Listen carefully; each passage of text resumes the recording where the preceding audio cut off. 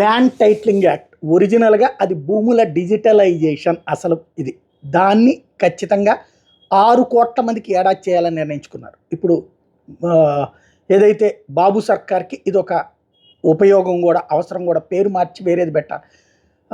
Digitalisation అంటే ఇప్పటిదాకా కూడా మన పేరుతో భూమి ఉన్నా ఆ భూమికి సంబంధించి మందా కాదా అంటే అవతల లిటిగేషన్ వేస్తే అయిపోతుంది. డిజిటలైజేషన్ చేస్తే ఇక దాన్ని నీది కాదు అనే హక్కు ఎవరికి లేదు. అలా అనే పరిస్థితి ఏదైనా చట్టపరంగా అవతల తీసుకొస్తే దానికి ఇన్సూరెన్స్ కూడా ప్రభుత్వమే భరించాలి. ఇదే అసలు ల్యాండ్ టైటిలింగ్ యాక్ట్ యొక్క ముఖ్యమైనటువంటి ఉద్దేశం.